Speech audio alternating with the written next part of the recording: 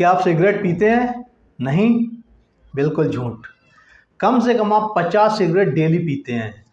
जी हाँ, एक नहीं, दो नहीं, 50 सिगरेट आप डेली पी रहे हैं, चाहते हुए या ना चाहते हुए भी। और इस वजह से आपकी ज़िंदगी के 17 साल कम हो जा रहे हैं। 17 साल आपकी लाइफ कम हो जा रही है। जानते हैं इसका क्या रीज़न है? पॉल्यूशन। दिल्ली एनसीआर का पॉल्यूशन बहुत खतरनाक लेवल पे है।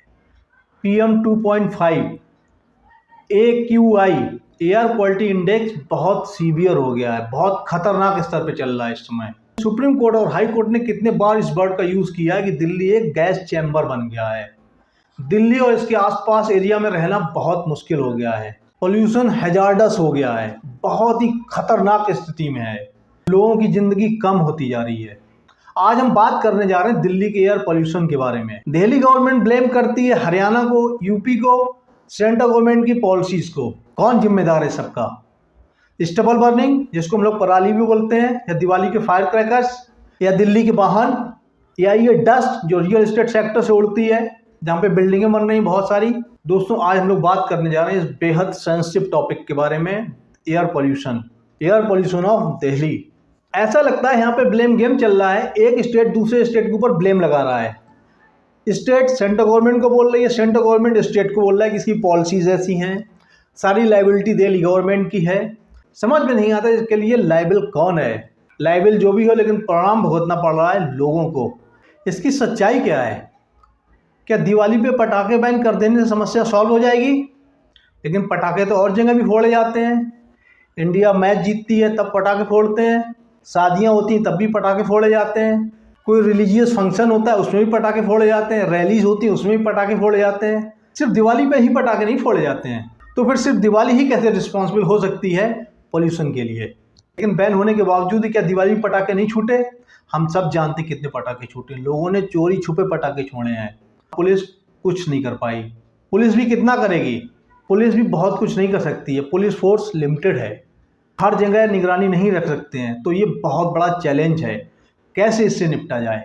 हमारे देश की और बदनामी होती है। नासा जो सैटेलाइट से इमेजेस लेती है उसको रिलीज कर देती वर्ल्ड वाइड, और वहाँ पे दिखाया जाता है कि हमारे स्टेट में कैसे पराली जल रही है, हम लोग कैसे पॉल्यूट कर रहे हैं एटमॉस्फेयर को, वातावरण को हम लोग कैसे प्रदूषित कर रहे हैं। इससे हमारी बड़ी इंसल्ट होती है। और कुछ लोग तो वीडियो बना के डालते हैं दिल्ली का, जिसमें दिखाते हैं कि AQI का लेवल कितना है, कितनी बुरी कंडीशन है दिल्ली में रहने के लिए, लेकिन फिर भी लोग रहने को मजबूर हैं, कहीं जा नहीं सकते हैं। हम लोग घर में और ऑफिस में एयर प्योरीफायर यूज़ कर रहे हैं, AC यूज़ कर रहे हैं, लेकिन ज़रा सोचिए ये सब किससे चलते हैं? बिजली से चलते हैं। बिजली किससे बनती है? कोयले से बनती है।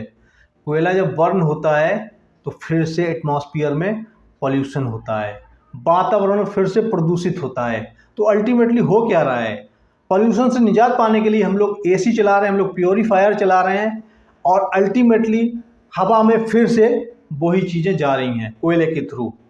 तो क्या किया जाए? कौन है इसके लिए रिस्पॉन्सिबल? इसका सोल्यूशन क्या है? आज हम लोग यही सारी बात करने वाले हैं कि एयर पॉल्यूशन के कारण क्या हैं, इसके लिए कौन रिस्पॉन्सिबल है, इससे हमारी सेहत के ऊपर और हमारी इकोनॉमी के ऊपर क्या इफेक्ट पड़ रहा है, और इसके सॉल्यूशंस क्या हैं, इसको कैसे कंट्रोल किया जाए। तो ये वीडियो बहुत ही इम्पॉर्टेंट है, बने रहिएगा लास्ट तक हमारे साथ। और अगर अभी तक आपने हमारे चैनल को सब्सक्राइब नहीं किया है तो प्लीज़ इसको सब्सक्राइब कर लीजिए। तो आइए शुरुआत करते हैं अपने वीडियो की। दोस्तों, राइस और व्हीट ये दो ऐसी क्रॉप्स हैं जिसमें पानी बहुत लगता है, और एक फसल कटने के बाद दूसरे फसल की तैयारी करनी पड़ती, बहुत कम गैप है दोनों के बीच में। इस वजह से किसानों को पर्याप्त समय नहीं मिलता है जो रिमेन्स होते हैं पिछली फसल के, उनको ठीक से हटाने का या मैदान को साफ करने का, जिससे कि दूसरी फसल के लिए बीज डाले जा सकें। तो समय पर्याप्त ना होने की वजह से और एडवांस मशीनें ना होने की वजह से वो ऊपर तो मशीन से काट देते हैं रिमेन्स को, लेकिन जो नीचे रह जाते हैं, स्टबल रह जाता है, जो पराली रह जाती है, उसको उनको जलाना पड़ता है। और जब उसको जलाते हैं तो वो धुआं उड़ के पंजाब से, हरियाणा से, यूपी से दिल्ली में पहुंच जाता है। और दिल्ली में विंड की स्पीड थोड़ी कम हो जाती है, बारिश होती नहीं है, तो सारा दिल्ली के बादलों के ऊपर इकट्ठा हो जाता है और बहुत ज़्यादा यहाँ पे पॉल्यूशन हो जाता है। स्थिति बहुत खतरनाक हो जाती है। अब इसमें गलती किसकी है? क्या किसानों की है? क्या गवर्नमेंट की पॉलिसीज़ ऐसी हैं?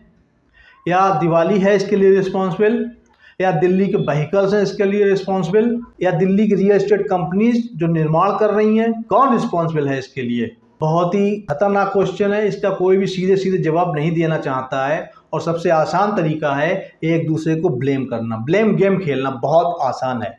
इसके बहुत सारे तरीके हो सकते हैं कि एयर पोल्यूशन को कैसे कंट्रोल करें, स्टबल को कैसे डिस्पोज ऑफ करें, पराली जो बचती है उसको ना जलाएं और कैसे डिस्पोज ऑफ करें।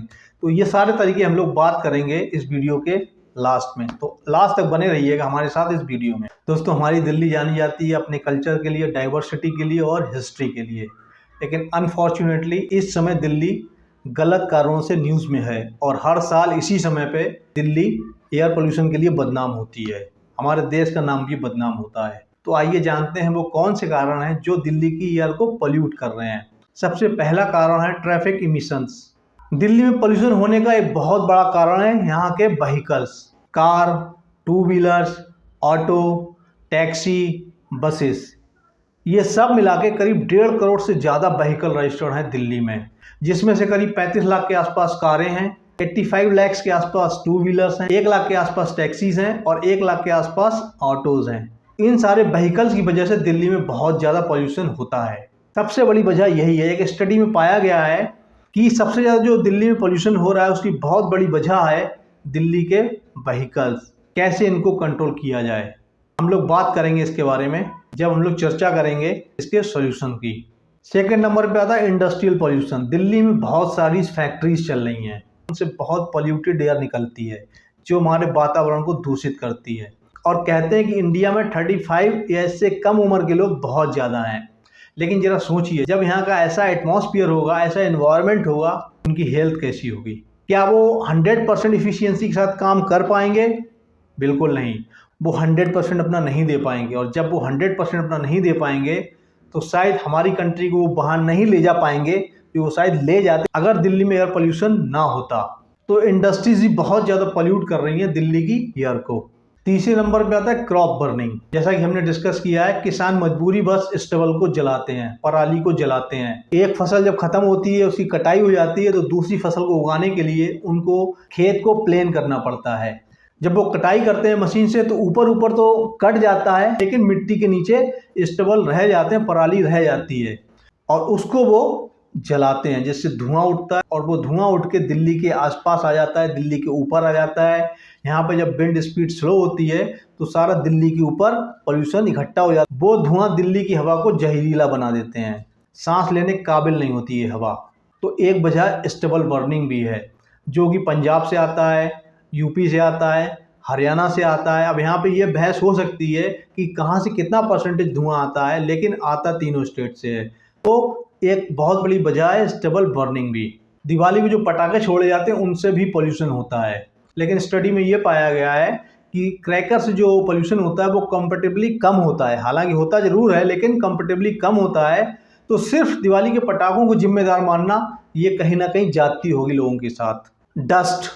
डस्ट की वजह से दिल्ली की हवा प्रदूषित होती है, जहरीली बन जाती है। दिल्ली में बहुत सारी रियल एस्टेट कंपनीज हैं जो बहुत सारे प्रोजेक्ट को चला रही हैं, कुछ ना कुछ निर्माण चलता ही रहता है जिससे डस्ट उड़ती है और वो डस्ट हवा ना चलने की वजह से दिल्ली की हवा में घूमती रहती है और जो लोगों के सांस में अंदर चली जाती है। PM 2.5 जिसको हम बोलते हैं, बहुत पतला ही कण होता है वो, जब हम सांस लेते हैं तो हमारी नाक के थ्रू हमारे फेफड़ों में चला जाता है, जिससे हम बीमार हो जाते हैं और बहुत से लोगों की तो मौत हो जाती है। नेक्स्ट रीज़न वो डीजल जनरेटर सेट। जब लाइट चली जाती है दिल्ली NCR में तो लोग जनरेटर चलाते हैं। कंपनीज जो यहाँ पे बहुत सारी हैं वहाँ भी जनरेटर चलता है। तो जनरेटर डीजल से चलता है और जब डीजल कंज्यूम होता है तो उससे पोल्यूशन निकलता है, वो हवा में जाता है।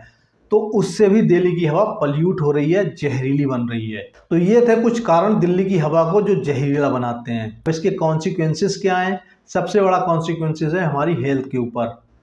हम ना चाहते हुए भी कम से कम 50 सिगरेट डेली पी जाते हैं और इससे हमारी 17 साल उम्र कम हो जाती है। अगर हम 100 साल जीने वाले हैं तो हम सिर्फ 83 साल ही जी पाते हैं। 17 साल हमारी ज़िंदगी के कम हो जाते हैं ना चाहते हुए भी। दूसरा इफेक्ट पड़ता है हमारे इन्वायरमेंट के ऊपर। हमारा इन्वायरमेंट भी ख़राब हो जाता है, पोल्यूटेड हो जाता है। हमारे आसपास जो जंगल हैं जहाँ पे जानवर रहते हैं या ज़ू है, चिड़ियाघर है, वहाँ पे जो जानवर रहते हैं उनके ऊपर भी इफेक्ट पड़ता है इस पोल्यूशन का। और इस एयर पोल्यूशन की वजह से हमें इकोनॉमिक लॉस भी हो रहा है। हम इंडियंस की इफ़िशियंसी कम हो जा रही, काम करने की क्षमता कम हो जा रही, हम बीमार हो जाते हैं, कई बार तो हमारी मृत्यु भी हो जाती है। इससे हमारे आउटपुट के ऊपर भी इफेक्ट पड़ रहा है, हमारी जीडीपी के ऊपर इफेक्ट पड़ रहा है इसका, तो इसका हमें इकोनॉमिक लॉस भी है। इसके उपाय क्या हैं? तो सबसे पहला उपाय है कि हमें पब्लिक ट्रांसपोर्ट को मजबूत बनाना पड़ेगा। पब्लिक ट्रांसपोर्ट हमारा ऐसा हो जाए कि हर कोई पब्लिक ट्रांसपोर्ट को यूज़ करने पे मजबूर हो जाए, इतना अच्छा हो जाए और इतना कम टाइम लगे और इतना चीप हो जाए कि लोग अपनी कार के बारे में भूल ही जाएं। मुंबई में और दूसरे कंट्रीज़ में भी टॉप क्लास एम्प्लॉयज़ भी लाइक सीईओ वो भी मेट्रो लेना प्रेफर करते हैं, पब्लिक ट्रांसपोर्ट से जाते हैं। हमारे यहाँ स्टेटस सिंबल है कार से जाना।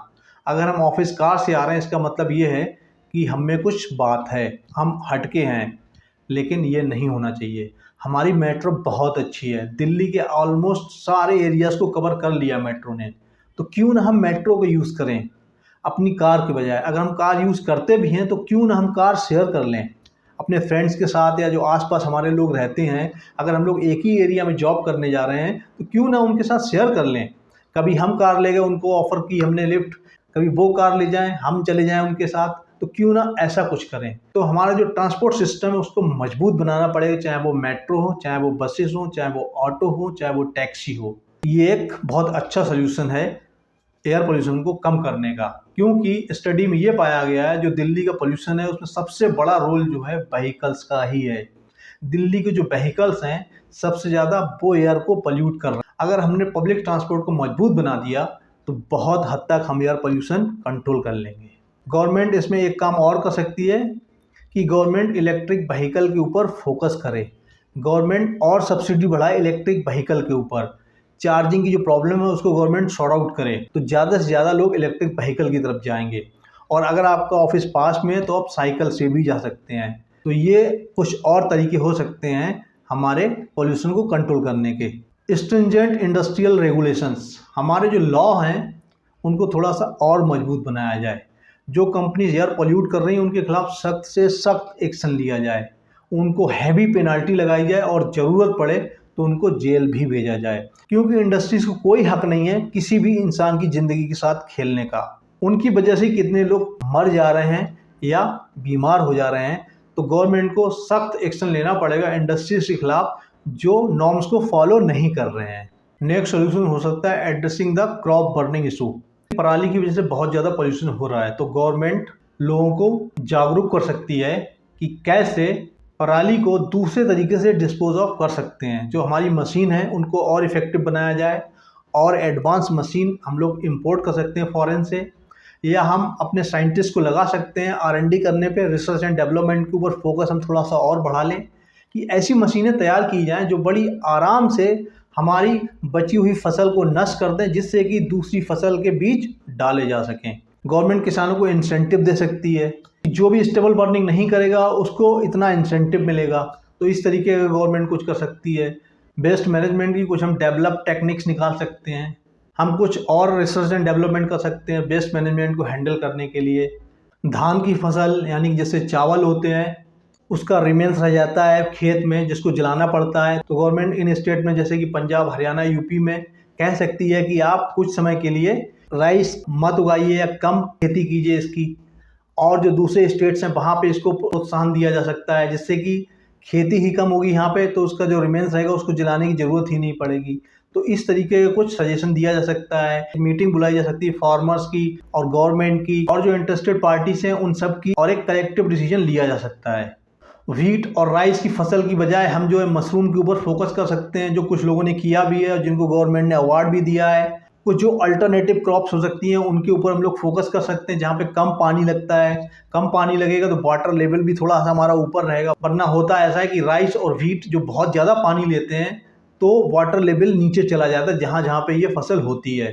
तो अगर आप अल्टरनेटिव क्रॉप्स को फोकस करते हैं तो वाटर लेवल भी आपका बढ़ेगा और ये स्टेबल वार्मिंग की प्रॉब्लम भी बहुत हद तक सॉल्व हो जाएगी। और दोस्तों कई बार ऐसा होता है कि हम कोई वीडियो देखते हैं इंटरनेट पे जो हमें बिल्कुल अच्छा नहीं लगता, जिसमें हमारे देश की बुराई की गई होती है कि दिल्ली की एयर पोल्यूशन कैसी है। तो टूरिस्ट हमारे यहाँ पे आया और उसने यहाँ का वीडियो बना लिया जिसमें वो बता रहा है कि एयर पोल्यूशन यहाँ की कितनी खराब है।